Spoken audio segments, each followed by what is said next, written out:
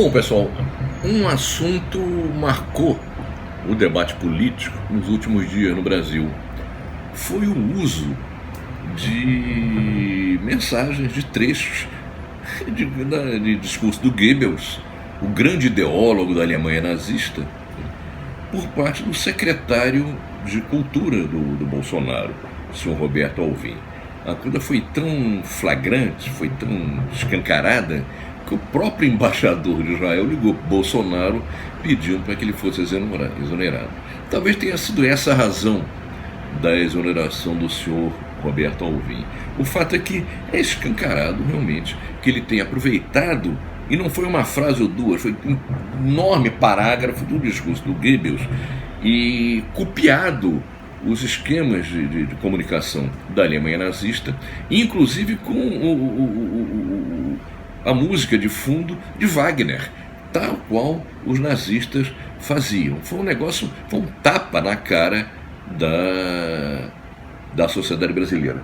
Soube-se depois, a União Nacional Estudante, descobriu que o próprio Hitler tinha sido plagiado também pelo ministro da Educação, o senhor Abraham Weintraub, mas plagiou um trecho do discurso do Hitler também, quer dizer. E aí começa um pouco aquela história, quer dizer, o que esse governo quer com esse tipo de coisa, entende? Eu já parei de dizer que o Bolsonaro e alguns ministros são fascistas, até porque parte da população não sabe muito bem o que é fascista. Me lembro de uma história na campanha eleitoral, na eleição presidencial, em que alguém recebeu um panfleto da campanha do Bolsonaro e disse para o panfleteiro: não quero não, porque esse cara é fascista.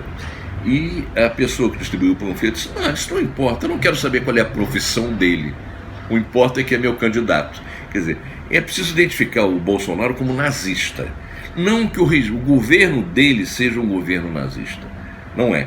O nazismo é uma espécie muito peculiar, muito particular, de uma ditadura de direita, autoritária, com características que o governo Bolsonaro não tem ainda, embora tenha pontos de semelhança, sim. A tentativa de montar um movimento de massa fanatizado, intolerante, violento, tudo é muito próprio do nazismo e do fascismo alemão.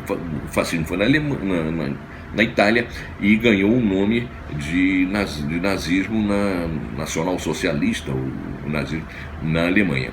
Quer dizer, eles tinham diferenças entre si. O nazismo, por exemplo, tinha um componente antissemita de perseguição aos judeus que a Itália não tinha. Talvez por haver poucos judeus lá na Itália na época. Mas o fato é que essa é uma diferença importante, até porque o nazismo tinha uma política de extermínio de judeus. Agora, tinham muitos elementos de semelhança e muitos elementos de semelhança também com o que diz, com o que prega o Bolsonaro. Ainda que haja uma diferença muito importante.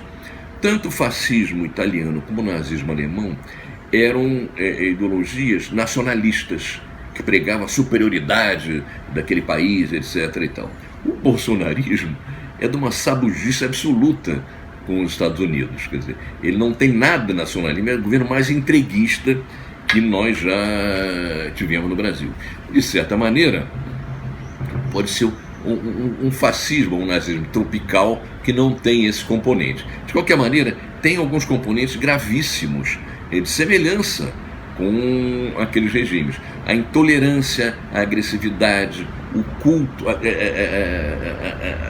perseguição à cultura, às artes, quer dizer, uma visão que não só é ditatorial, como trata de incorporar no movimento de massas, o que torna muito mais grave, essa agressividade e ter ao seu lado um movimento de massas agressivo, intolerante, violento, tratando de atropelar a democracia.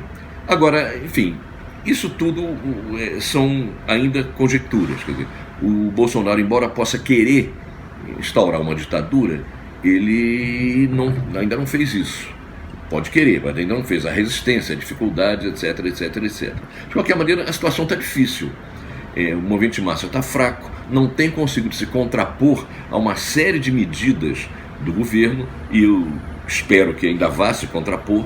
Quer dizer, e isso faz com que muita gente esteja meio de crista baixa, achando que a situação está difícil, quem sabe, não vale a pena, quem sabe, vou para o exterior, etc.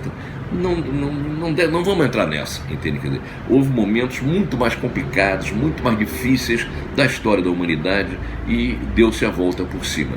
Aliás, para ilustrar isso que eu estou dizendo, eu vou pedir para a nossa editora de imagens, a brava Andréa Pena, fechar esse comentário meu com imagens produzidas em 1944 em Moscou, capital da União Soviética, hoje capital da Rússia.